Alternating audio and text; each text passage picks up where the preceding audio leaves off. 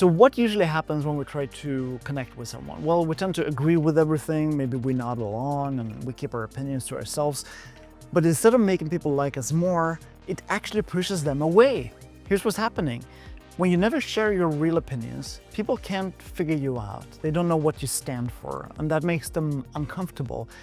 It's a little bit like someone's wearing a mask. You can't connect with them because you don't know who they really are. So we developed something we call the bridge method. It's a specific way to share your views without creating a disconnect with the other person. And it works like this.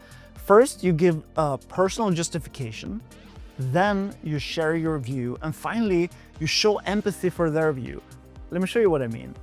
So say that someone's talking about how much they love electronic music, and maybe you don't. So instead of pretending that you love it too, you could say, I never really grew up around electronic music, so I don't have the same emotional connection to it. I mainly listen to rap, but I do like Massive Attack. They merge rap and electronic music really well. You see what happened there?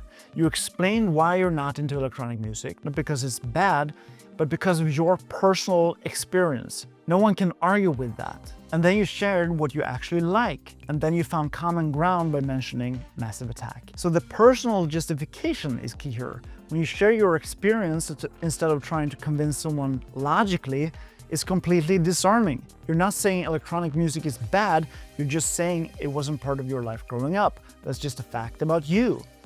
Let's try something with higher stakes. Say that you're religious, but your friend isn't. You could say, well, I had some personal experiences where I truly felt like there was something out there. So I do believe in God. But reading the Bible, there are so many counterintuitive stories. I don't think anyone should be blamed for choosing not to believe. You notice how this works? You're being completely honest about what you believe, but you're also showing that you understand why someone might see it differently. There's no conflict, no judgment, just two people sharing their perspective.